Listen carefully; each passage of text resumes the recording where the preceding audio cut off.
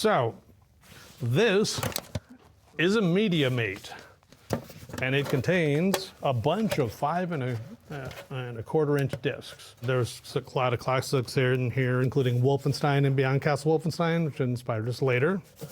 And just behind that is the game, Karateka. Love it. It's so good. I remember seeing Karateka and wanting it, and then not have enough money to buy it. But I think I saved up some money, and I eventually went back and got it. I was sold on the box artwork alone. Kind of told a story. I remember the illustration was really well done, and again, just kind of told a story of what that game was. And yeah, eventually I picked it up and started playing it. When I first loaded it up, what I expected was something down the lines of Karate Champ or similar head-to-head beat-em-ups. Instead, what I got was a cinematic experience. That's what blew my mind, right? The fact that it started with, a text crawl, right out of, which to my mind, that was right out of Star Wars, right? That cinematic experience is the thing that was just amazing, right? It was the most movie-like experience I had ever had in a video game at that point. It really felt like, you're a karate hero in a movie. That's fantastic.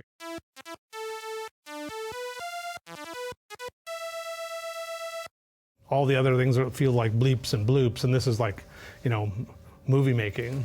It was amazing. Yeah, I was just very impressed by the fluidity of the animation. And the kicks look great.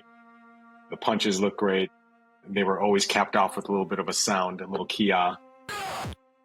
Yeah, the fluidity of the motion, I think, really set the stage for the rest of what I had consumed about that game. The animation was cool, and that was very innovative, obviously, at the time. The process and the beginning of animation getting better and better, right? And more cinematic. Taking cues from the movie industry.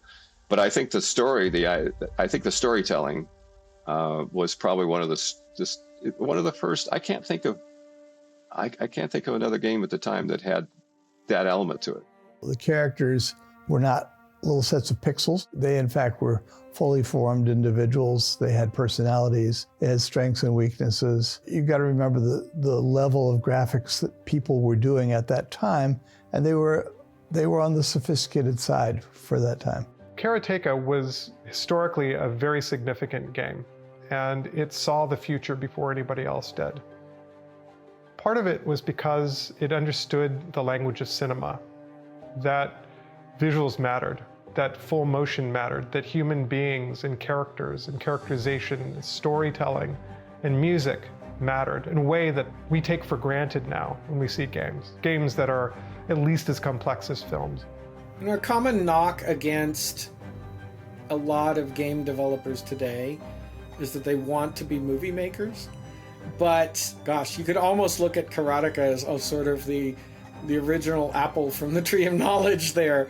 It was really, in a lot of ways, the first game that put together fluidity of motion, cinematic shots, story arc, twists, filmic language, and pointed the way towards a marriage of film movie style storytelling and gameplay.